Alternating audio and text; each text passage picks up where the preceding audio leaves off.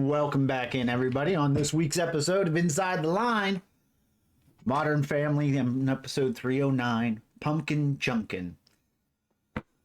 This episode, I remember us being out in the football field with the contraption, throwing the... Hello, Squeak. Throwing the pumpkins all the way down the field. I remember... that the contraption could be dangerous, and then once we get to it, I'll explain what happened there. No one got hurt, luckily, but you know, those things aren't as safe if you don't use them properly as one would think they are. I don't remember anything else. I think this might be where the line split between the Pritchett's and the rest of the family, and we talk about how the dreamers and the realists get together with each other. I think maybe that was the through line of this one. So we'll check it out and see if I'm right or wrong. So, episode 309, Punkin Chunkin.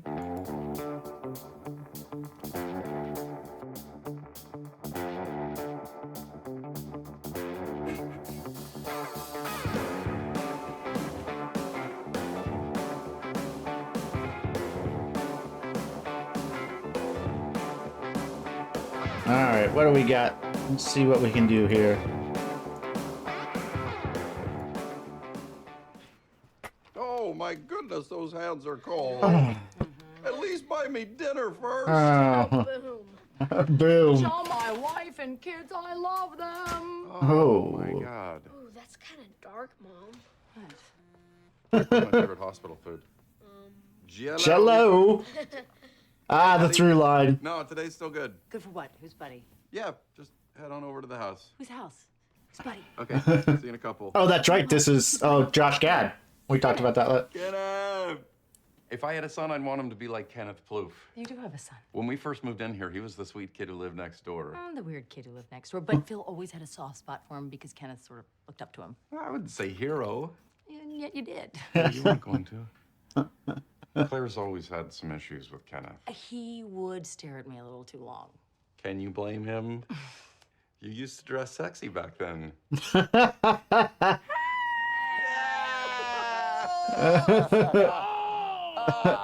wow. Oh, 10 years. Can you believe it? Oh, I feel like we ended that last like too soon. Come on again. That Claire gets stuck in the middle. Oh, that's a lot of hugging. She's right. Why hug when you can man shake? I'm gonna get a coffee. Man shake. Are we sure? Oh, shit. Roll up the curtain. All right, so that was actually come up with by Josh and Ty. Like, they had to come up with this whole shake. And it is as amazing to see in person as you're seeing it right there, if not more so. It was funny every time. Roll up the curtain, and then the belly bump is absolutely out the window crazy. Also, where they spear paw each other to the face and then slowly caress on the way back out. I mean, every single aspect of that. The opening, it was the normal, you know, back, forth, boom, boom, all that stuff. But then they just got into some absurdity. And there was absolutely stuff left on the cutting room floor. There was absolutely stuff that they didn't use or didn't make it into the shake because they tried a bunch of variations. It was absolutely fantastic. Josh was great. I actually got to work with him later on a TV show called 1600 Pen, maybe? Is that what it was? I think so. Which was also a good experience. So very nice, very warm. Did a great job in this role. But the handshake was absolutely primo.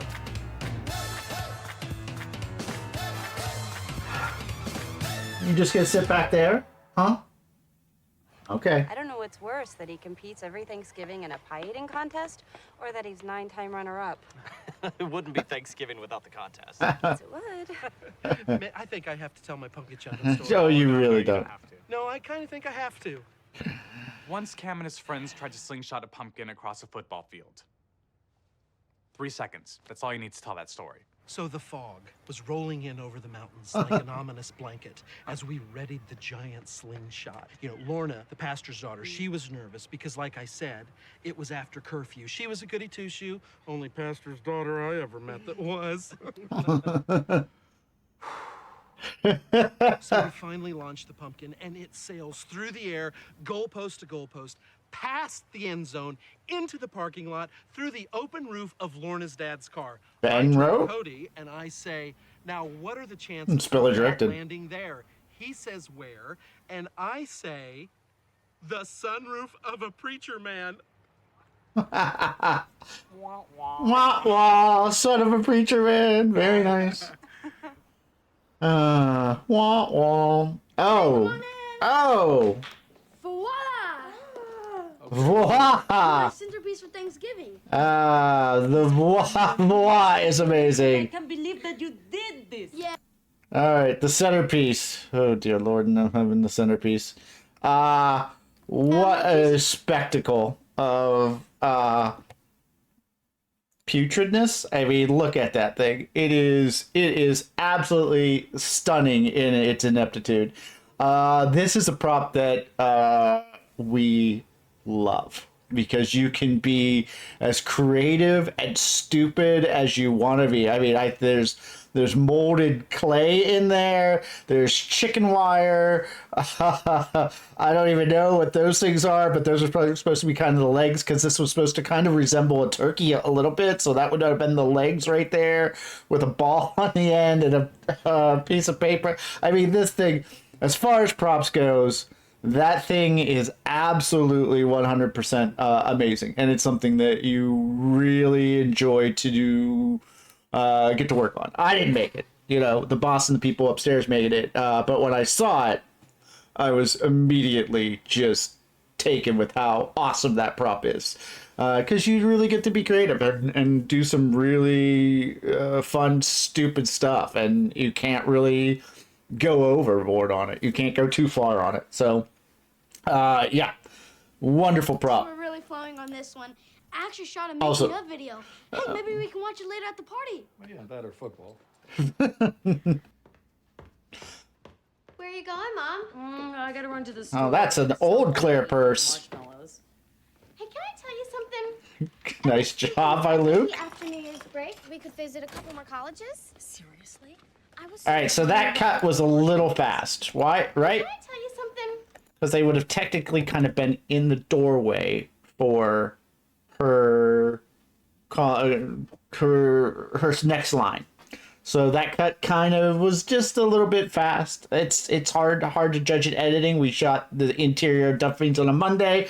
Probably shot the exterior of Duffy's on like a Thursday. So you have to try to judge where you're going to be able to put that in. You don't want, for good light, you don't want them crossing through the doorway because they're going to be shaded for a minute. So you kind of want to start that line where they started it, but it makes for a weird cut because she would have been saying that line in the doorway a little sooner, I right? was thinking that maybe after New Year's break, we could visit a couple more colleges. Because the doors are, yeah, they're outside, the door's already shutting, and that conversation would have completely stopped for 3 seconds as everybody clears the doorway and closes it. So yeah, it's just it's a bad edit, or not bad edit. It was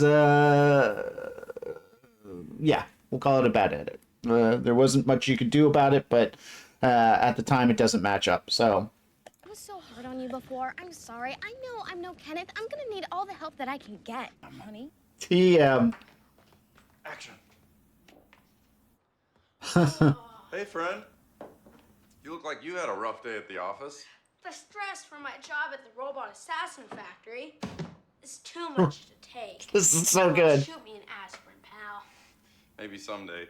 But until then, try this on for size. The real head scratcher features 32 patent-pending nogginizers that gently massage your scalp. Patent-pending nogginizers. Delight. Ah, it feels great, and it looks good too. It's a real lifesaver. You mean a real head scratcher? TM. TM. I love you, Phil. All right, so we got to do so much this episode. The head scratcher KTM comes back again in later episodes as well. Baseball helmet with a whole bunch of rubber, I don't know, prickly things, soft rubber prickly things that we glued to the inside, and then we added tubing to it to make it look great. And even on the back, we had a switch that had a light up red light. Very proud of this one too. I'm not gonna lie, this one is fantastic as well. Look at that. I mean, just right there inside, absolute genius. I can't be happier than that. Empty coffee cup, genius. Dropping the empty briefcase. You can tell by the sound there's nothing in the briefcase. Genius. Just a great job on this. So good. You can't see the light up at the back, but and then the sticker on the front. I love you, Phil. Punkin Chunkin story, or do you need a refresher? We've heard it. Oh, several times. I love it with Cody and the friends. Yeah, so you know how it ends. But the question is, who here thinks I made that up? Oh. Oh. Oh, well, doesn't that tell the whole story right there? Here we have the skeptics, the dream squashers, the Pritchett's. And here we have the dreamers, the artists, the visionaries. Sweet Caroline! So we're supposed to believe that you make a pumpkin fly across a football field. I can prove it to you right now. Let's go to the football field. Yes, let's do this. I'd love to end this. Yeah, let's settle this. Dreamers versus Pritchett. Yes, come on. I did not just cook for 8 hours so you people could run off to prove some asinine point that's only gonna make half of us feel bad. Come on, show a little respect. Turkey smells great, sweetheart. Is that turkey? Because something smells like chicken. Okay, let's settle this. Nice. That was a good way to get into it. So, a few points there. My producer, Jeff Morton, hates food. Hates it. Hates to see it. Thinks it's a waste of time. So you'll very rarely see anything besides salads, or unless it's a dinner party, which we had a decent amount of. So we had to have food on this show, and he hated it every time. Every time he hated it.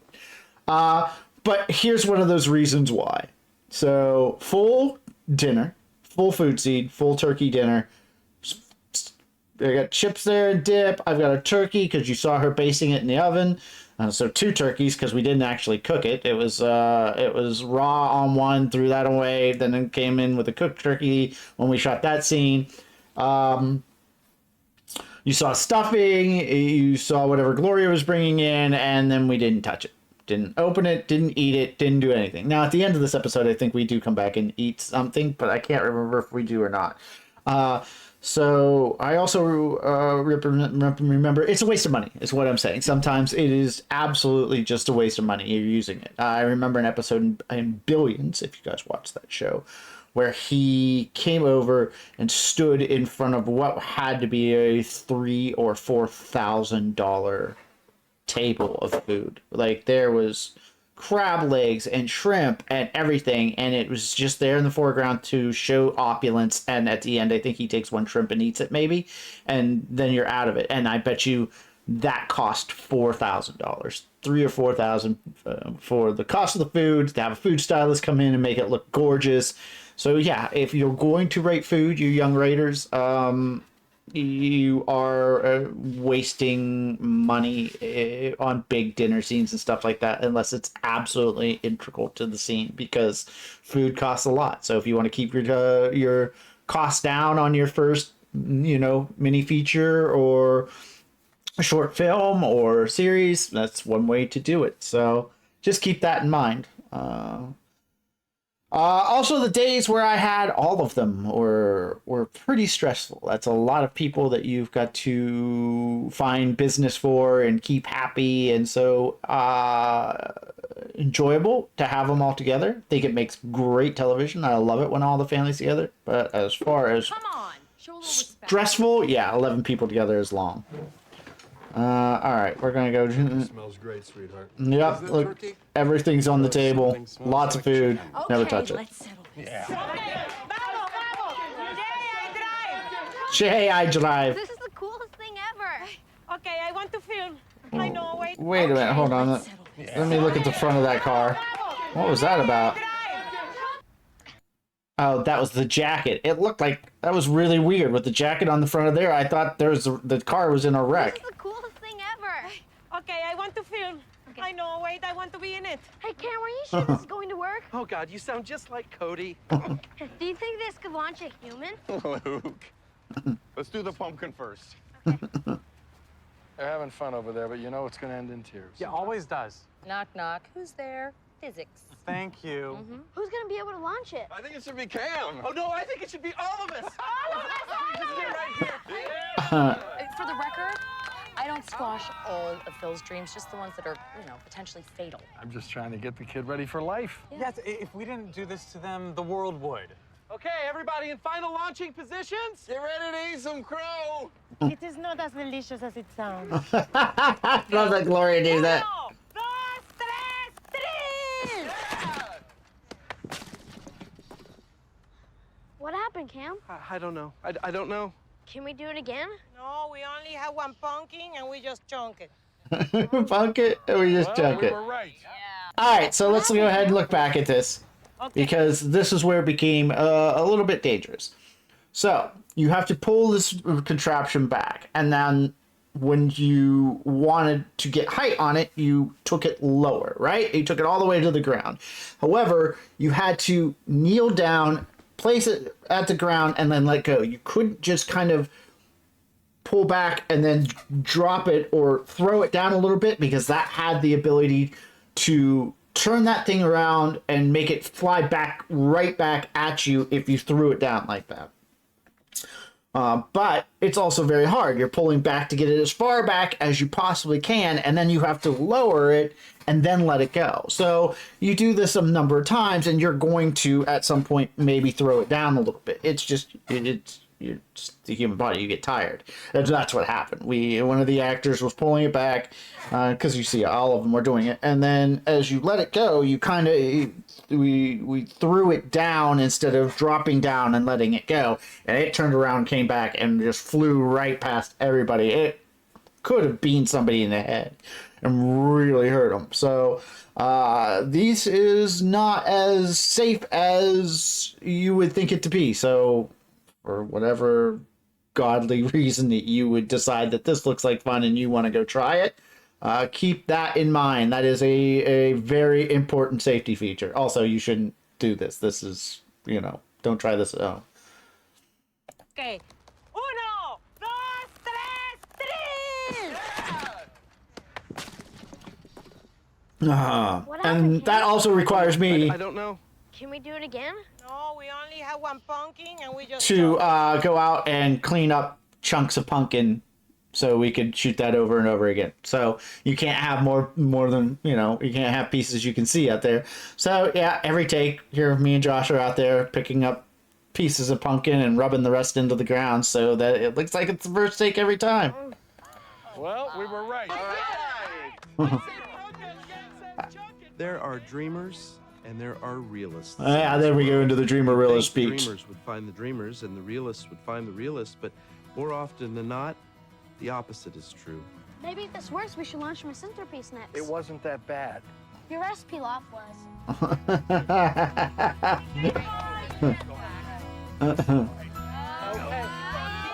This ends up being a picture too. We snapped that shot. You see, the dreamers need the realists to keep them from soaring too close to the sun. And the realists, well, without the dreamers, they might not ever get off the ground. All right, there's the first piece of pumpkin. There's the second piece. Next one's going through the gold thingy. I can feel it. The goal thing. Head shake. Now, when Lorna, Cody, and I did this, it was talking, more chunking. I need to tell you something. What is it, honey? ready. I distracted Haley while she was driving and we dented your car. Fire! Oh, yeah. Wow. Girls, 3 more seconds and you would have gotten away with it. Now a human? Come here, Lily. Luke, no. Luke, come here, Lily. Luke, no. So yeah, we didn't even go back and go to dinner. So all that food just for that one scene that nobody touched. Decent episode. It's rare that we have a tag that kind of follows right in after the action that we had. Usually the tag kind of is almost its own little standalone piece somewhere else, you know, like the boys shooting pool was a tag, or maybe we have interviews as tag. So it's rare that we have a tag that goes straight into a scene that was connected. All in all, okay episode. Kind of a endings make shows type of episode where you talk about the dreamers and the realists. You know, I don't think it was our strongest. I don't think it was our weakest. It was a middling episode to me. Let me know what you think down in the comments. If this one was really tickled your fancy, or if you were like, yeah, it was all right. Like, subscribe, hit that like button for me. It'll help me a lot. Or not, it's fine. I'm doing this for my enjoyment as well as your guys' enjoyment. So it's fun to do. It's fun to go back and look at all the old episodes and reminisce. So thank you for being here. Thank you for hanging out, and we will tackle next week's episode next week. It'll be a surprise because I can't even tell you what the episode name is. So let's wait and see. But until that time, see ya.